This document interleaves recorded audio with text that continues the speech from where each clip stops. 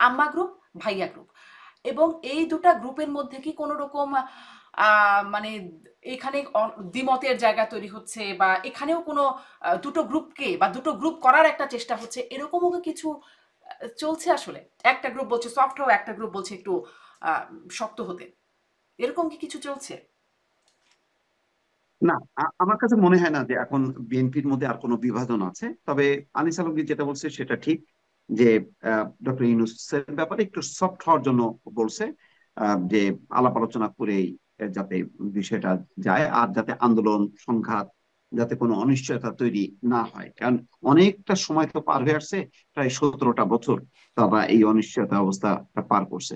সুতরাং এখন যাতে আর ক্রাইসিস না হয় সেই কারণে। কিন্তু এটাকে আমার মনে হয় বিএনপি একটা ফাঁদেই পড়ছে। বিএনপি যতটা সহজ মনে করছে, আস্তে আস্তে কিন্তু বিষয়টা জটিল হচ্ছে। এবং এই ধরেন এখন আহ, ঐকমত্য কমিশন বলছে যে 20টা গুরুত্বপূর্ণ পয়েন্ট আছে। দেখেন, মূল একটা পয়েন্টেই কিন্তু ঐকমত্য হলো না, যেটা সবাই মেনে নিল। সেটা হলো যে তত্ত্বাবধায়ক সরকার ব্যবস্থা প্রবর্তন। প্রধান কে হবে? বিএনপি বলছে যে না, বিচার বিভাগকে জড়ানোর দরকার নেই। তাহলে কে হবে? সেটাও কিন্তু এখনো সেটেল হয়নি। এইরকম যদি আপনি এক এক করে ধরেন 20টা পয়েন্ট, 20টা গুরুত্বপূর্ণ সিদ্ধান্ত, এটা কতদিন লাগবে?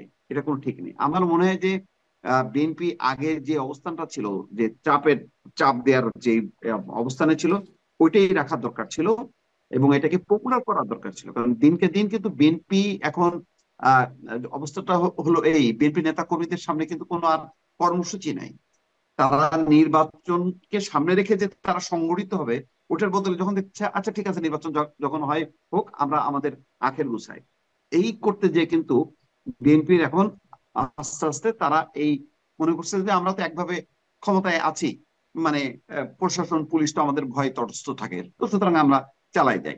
এইটা হচ্ছে আস্তে আস্তে বিপদের মধ্যে তারা পড়ে যাচ্ছে, বা খুব কৌশলে তাদেরকে ঢুকাই দেওয়া হচ্ছে।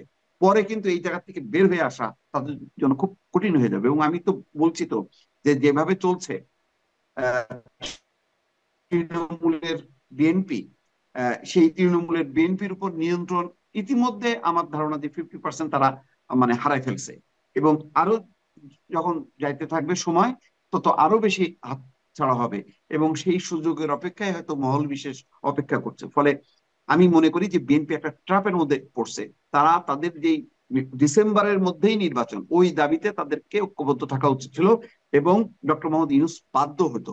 কেননা এটা পরিষ্কার যে মানে যে সংস্কার কমিশনের যেই লম্বা ফর্দ, এটা একমত হবে না। হুম। একটা দুইটা পয়েন্ট বাদে বাকিগুলিতে হবে না। যেটা হবে না সেটা নিয়ে কি হবে? সময় ক্ষেপণ হবে। এবং যত সময় ক্ষেপণ হবে, বিএনপির জন্য তত বেশি। ফলে আমি মনে করি শুধু বিএনপি, একটা জায়গায় আমি একটা ঝামেলার মধ্যে পড়লাম। আমি বিএনপির কাছে দৌড়াবো, নাকি জামাতের কাছে দৌড়াবো, নাকি এনসিপির কাছে দৌড়াবো? একটা মানুষ কিন্তু বিভ্রান্ত হয়ে যাচ্ছে। এই বিভ্রান্তির সুযোগে কিছু মানুষ, তাদের সুবিধা হবে, কিন্তু দেশের জন্য ক্ষতি হবে। বড় রাজনৈতিক দল হিসেবে বিএনপির আরো ক্ষতি হবে। অর্থাৎ বিএনপির উপর একেবারে নিয়ন্ত্রণ হারাচ্ছে। ইতিমধ্যে নানান রকম ঘটনা কিন্তু তারা নিয়ন্ত্রণ দিয়ে পাটগ্রামের ঘটনায় বহিষ্কার করছে, ভালো পদক্ষেপ নিচ্ছে, এটা ঠিক।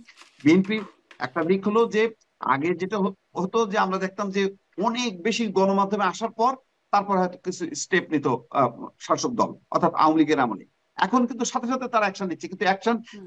নেবার পরেও এত বিস্তৃত এলাকা, ধরেন পাটগ্রামে থামাচ্ছে, ওই হাতীবান্ধা ঘটনা ঘটছে, রংপুরের মিঠাপুকুরে ঘটছে, কয় জায়গায় সামাল দেবে? দিশেহারা হয়ে যাচ্ছে কিন্তু বিএনপির নেতৃবৃন্দ। আর সবচেয়ে বড় কথা হলো, এখানে দুর্বলতা, তারেক রহমান নিজে দেশে নেই। তো এইটাও অনেকে সুযোগটা নিচ্ছে যে উনি তো বিদেশে আছে, সুতরাং সমস্যা নেই। আর উনি যে নিয়ন্ত্রণ করবে, দল তো নিয়ন্ত্রণ করতে পারে না, এটা তো প্রশাসন পুলিশ লাগে। তো সেই প্রশাসন পুলিশকে তো উনি ডাইরেক্ট নির্দেশ দিতে পারেন না। তো ফলে অনেক দিক থেকে আমি বিপদ দেখছি। কোন ইন্টারিম এত লম্বা সময়, দেখেন 1-11-এর সময় দেখেন, প্রথম 6 মাস খুব সুন্দর চললো, তারপরেই কিন্তু ধস নামতে শুরু করছে। এখনো কিন্তু তাই, বরং আমি মনে করি যে আরো আগে ভাগেই ধস নামা শুরু করছে। এবং যত প্রলম্বিত হবে, তত আরো অন্ধকারের দিকে আমরা যাইতে থাকবো। স্পষ্ট।